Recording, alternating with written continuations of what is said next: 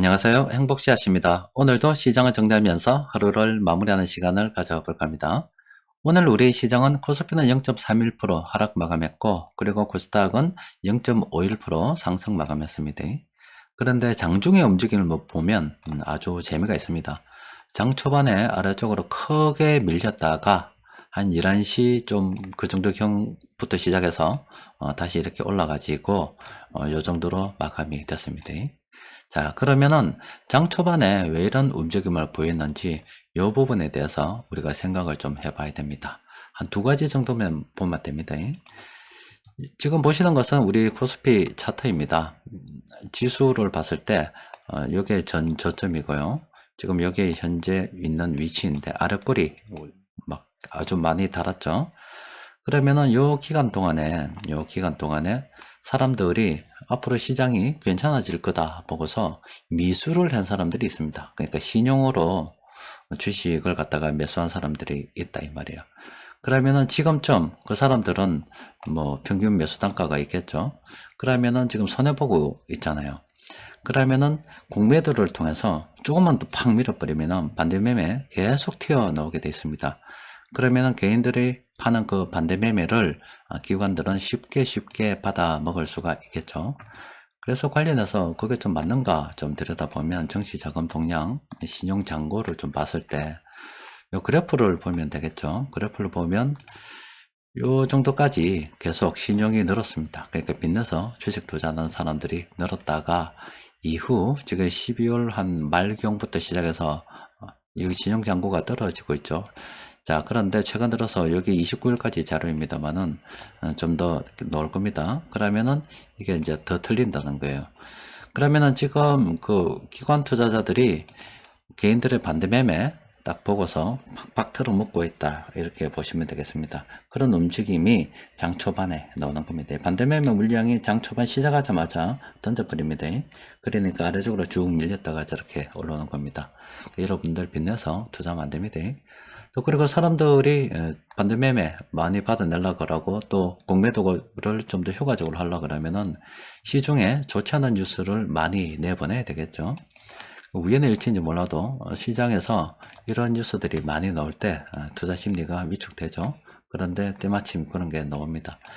지금 미국 월스트리트 대형 은행들 한 70%가 올해 미국 경기 침체가 올 것이다 이렇게 전망하고 있고, 여기서 나머지 한 8% 정도도 올해는 아니지만 경기 침체는 올 것 같다 이렇게 전망을 하고 있어요. 그리고 나머지 한 20% 정도만 경기 침체 안 올 것 같다 이런 이야기를 하고 있거든요. 그러면 이렇게 경기 침체에 대한 이야기들이 자꾸 나오죠. 그러면은 투자자들이 막 투자 심리가 살얼음처럼 얇아질 거 아닙니까?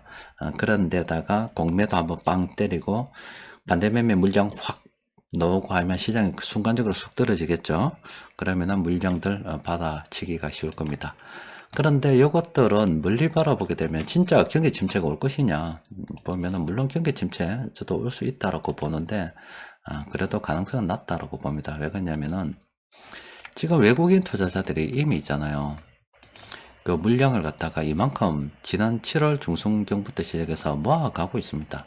그러니까 얘들이 물량을 모아갈 때는 항상 시중에 좋지 않은 뉴스들이 나오더라고요. 지난 오랜 기간 동안 수급 분석해보면서 느꼈던 겁니다. 그래서 뭐 저는 뭐 늘 입장이 지금은 주식시장이 싸기 때문에 계속 모아가야 된다는 그런 입장인데, 지금 세력들이 하는 행태를 보면 변하지 않았고, 또 여기 당하는 개인들 보면 신용으로 샀다가 공매도에 당해가지고 반대매매까지 해서 물량 틀리는 거 이런 거 한두 번 본 게 아니라서 참 시간이 지나도 그렇게 이야기해도 이건 변하지 않겠나, 앞으로도 변하지 않지 않을까 그렇게 생각이 됩니다. 자, 그런데 여기 경기 침체 이야기 나왔기 때문에 좀 더 살펴보면은 이게 전 세계 경기 침체 아닙니다. 그 미국의 경기 침체 이야기입니다. 그 저거 나라에 대한 이야기다 이 말입니다. 근데 저게 생각을 해보면은 참 굉장히 억울한 이야기입니다. 자, 저게 어떤 거냐면은 지금 중국이 미국의 패권을 도전하다가 두들겨 맞았습니다. 이게 미국 중심. 그동안 미국이 전 세계를 이렇게 쭉 이끌어 왔잖아요. 근데 이제 중국이 이제 내가 한번 이끌어 볼게 이렇게 해서 패권을 도전했습니다. 그러다가 이제 미국한테 이제 개박살 나고 있는 중입니다. 그런데 다른 국가들이 그러면 중국을 동조해주면 되지 않겠냐? 미국이 벌인 폐악질도 만만치 않으니까. 그런데 다른 나라들이 중국을 인정해주지 않고 있습니다. 왜냐하면 가만히 살펴보니까 이 중국 놈들은 미국 놈들보다 더한 놈이거든. 중국 놈들이 전 세계 다른 국가에 돈 빌려주고 또 그걸 갖다가 회수하는 과정, 또 그리고 자원을 무기로 해서 호주를 갈군다든가 여러 가지 중국 놈들이 하는 행태를 보니까 더럽고 치사해도 미국 놈이 중국 놈보다 나으니까 미국을 지지를 해주고 있는 겁니다. 근데 미국이 지지하면 나은 건가? 꼭 그렇진 않아요. 여러분들 이 경기 침체, 이게 지금 미국 경기 침체 이야기한다 그랬잖아요. 근데 군대 갔다 오신 분들은 알 겁니다. 지금 미국이 뭐 금리를 올리니 내리니 뭐 이런 이야기하고 또 미국의 뭐 경기가 좋니 나쁘니 뭐 물가 상승률이 높니 낮니 여러 가지 이야기를 하는데 어디까지나 그게 미국 중심으로 이야기가 되는 겁니다. 그러니까 미국에서 기준금리를 올리면 순서대로 다른 국가들도 이렇게 기준금리를 따라서 올리게 됩니다. 근데 이게 마치 우리 군대 여러분들 뭐 40km 행군 이런 거 해 보셨죠? 그러면 여러분들 아마 경험이 있을 거예요. 이 행군을 쭉 줄지어서 하다 보면 이 선발할 때는요, 자기 어떤 컨디션에 맞춰서 움직일 수가 있습니다. 좀 몸이 좀 괜찮거나 아니면 길이 좀 양호하면 좀 빨리 걷고, 오르막이고 이렇게 되면 좀 천천히 걷고, 어떻게든 자기 컨디션에 맞춰서 이렇게 걸을 수가 있죠. 그런데 이 행군이 사람들을 줄지어서 이렇게 쭉 걸어갑니다. 걸어가는데, 앞에 사람들은 뭐 항상 걸어요. 항상 걷습니다. 걷는데, 자꾸 이게 뒤쪽으로 쭉 가게 되면 이 뒤쪽에는 어떤 일이 발생이 되느냐, 이 뒤에는요, 어떨 때는 멈출 때는 한참 동안 멈춰 가지고 있고 어떨 때는 막 엄청나게 빠른 속도로 뛰어야 될 때가 있습니다. 그러니까 행군을 할 때 앞쪽에 서는 게 훨씬 유리합니다. 뒤쪽에 서면 굉장히 피곤합니다. 이 경제도 마찬가지예요. 경제도 미국에서 기준금리를 올리면은 저 나라 사정에 맞게끔 기준금리를 올린다고요. 그러면은 저 뒤에 있는 국가들이 따라가야 되는데 이 행군처럼 뒤에 있는 국가들은 돈이 들어올 때는 뭐 엄청나게 빠른 속도로 들어오고 나갈 때는 엄청나게 빠른 속도로 튀어나가기 때문에 그에 대응을 못 해가지고 부도나는 국가들이 엄청 많아요. 그 실제 여러분들 기사를 보면은 디폴트 뭐 이런 국가 아니면은 물가 상승률이 엄청나게 높아가지고 고생하고 있는 국가들이 있다. 그런 이야기 많이 듣잖아요. 그런 국가들은 우리 행군으로 치면 저 뒤쪽에 있다라고 보시면 됩니다.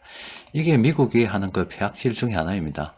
자기 사정에 맞춰서 금리를 올렸다 내렸다 하는데 그건 저거 어떤 국가에만 한정이 되면 괜찮지만 그 달러가 전 세계로 퍼지기 때문에 마치 우리가 행군할 때 일어나는 일처럼 이렇게 벌어진다 이 말이에요.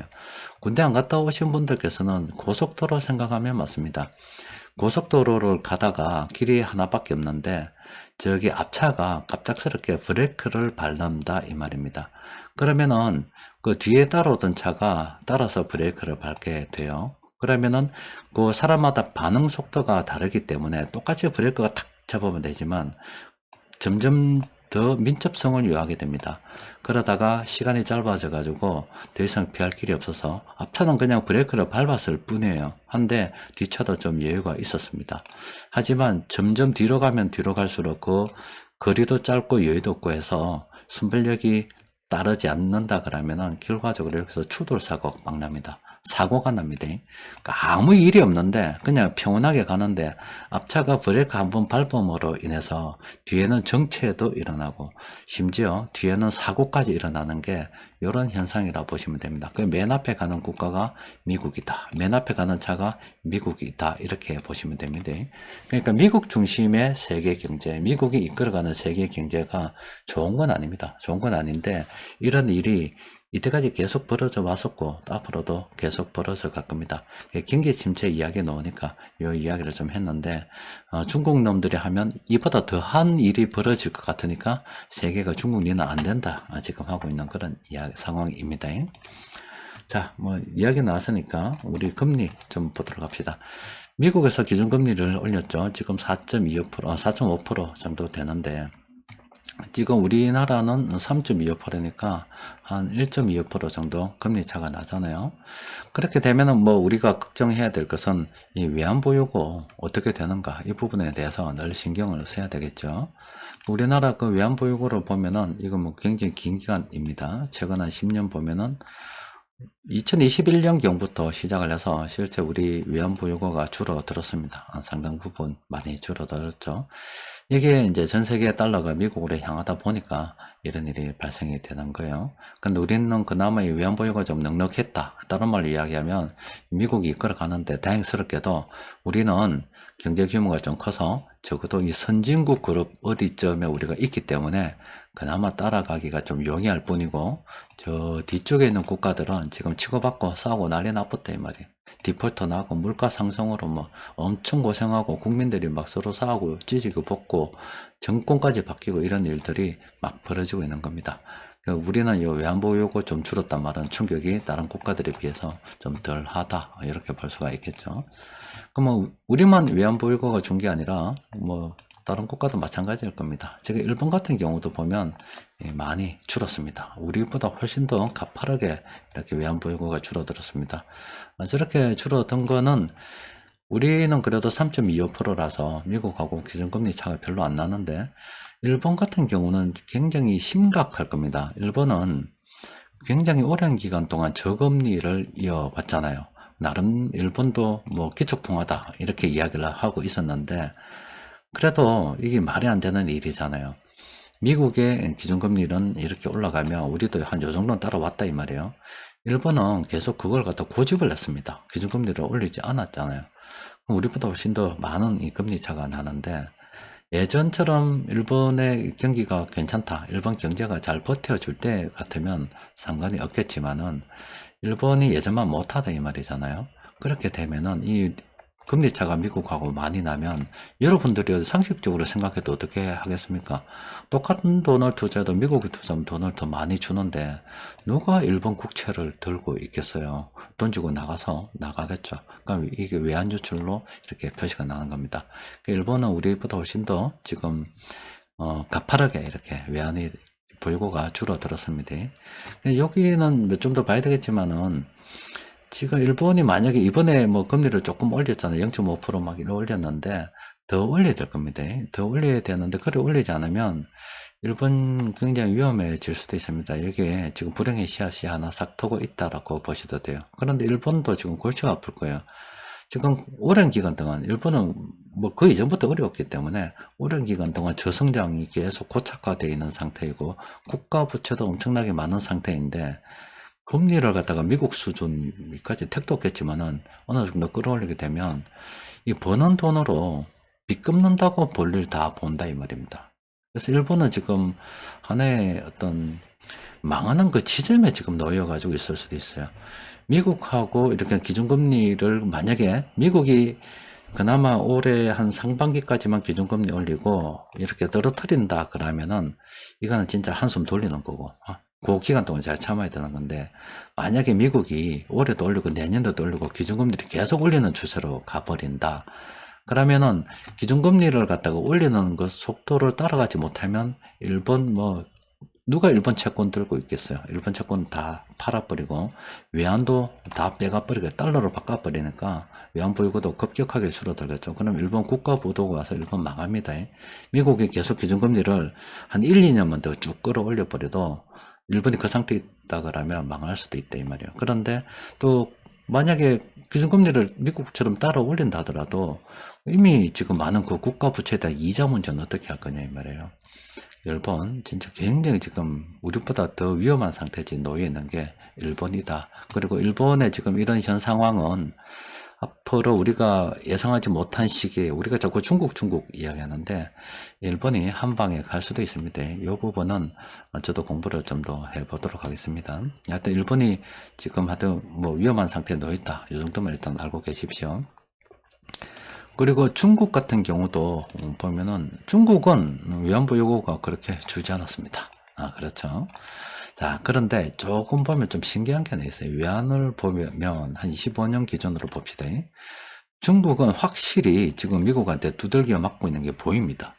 왜 보이냐면 적어도 한 2014년 전까지만 해도 중국이 돈을 굉장히 잘 벌었습니다. 벌다가요, 이후에 지금 중국에서 지금 확실히 지금 돈이 빠져나갔죠.